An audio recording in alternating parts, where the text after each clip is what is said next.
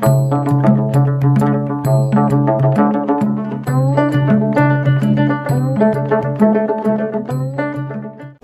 kita kasi sukumen pada klieng jong i minister i lakat nang ta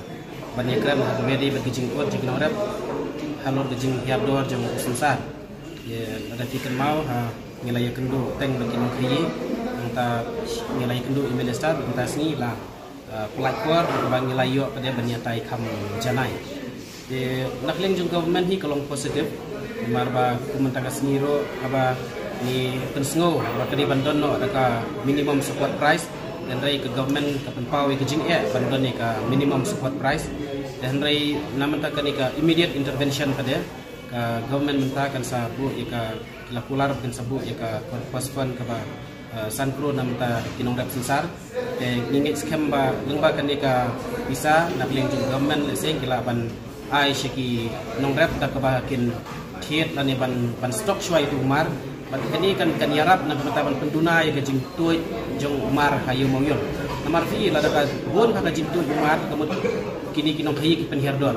Umar ubalik lekin sa penkiudor bian. Ngimtip ya ka buit ka kanong rekom kayai tabang isungtho ba laduna umar ka kiu lada bun umar ka hiar. Lomba kan ka intervention di government ni yo ban stock kan hakini ki sinong ki kau. Isungtho ba sangkul keempat long ye. Dan rai lada long tang poin something nak ka ba ngingi produce ni susar ngingi scam ba kadon gijing yarap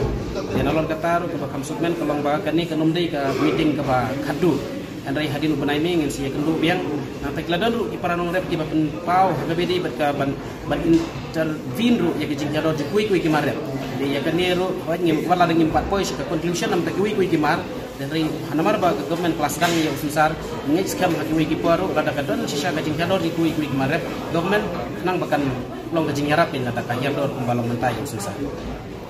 Hakibedi hi bakini gajing 4 kilo nagleng jung minister ila instruct dak kabashai bha ila ai gajing tha kabashai ki officer bakim dai issue ban 4 kilo ya kini ya susah lani kino no marap khamtam hati kayu sarkar badan hamau yo gajing sisa kadai syabaro hi dan rai khamtam kayu mau yang dalilai ru bat itu baro i kuai kasdi la betha yang ba kamdai shu panon gajing 4 kilo tela dangdon mano yang bahasa ai da gajing tho long ke written complaint ke sya kibuar badi kemi nang bani opet kali ikli ki yang bai kadai gajing ka practice lane ka rukom ka lale na do mensya